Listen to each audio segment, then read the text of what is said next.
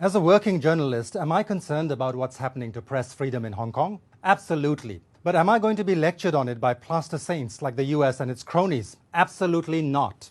Let me tell you why. I'm talking about Julian Assange. He dared to be the ultimate journalist, exposing American war crimes in Iraq and Afghanistan, the slaughter of civilians, the killing of journalists, the torture of prisoners at Guantanamo, and Washington's secret war on Yemen, where mass murder still continues under the auspices of the White House. Assange took refuge at Ecuador's embassy in London for 7 years before British police dragged him out and threw him into a maximum security prison that houses terrorists, murderers, and rapists. Nearly 3 years later, after a sham trial in a kangaroo court, with the flimsy case against Assange thoroughly discredited, Britain's much-vaunted justice system has paved the way for his extradition to the US, where he faces certain death. Speaking of kangaroo justice, not a word, not a peep out of the Australian government over this appalling persecution of its own citizen.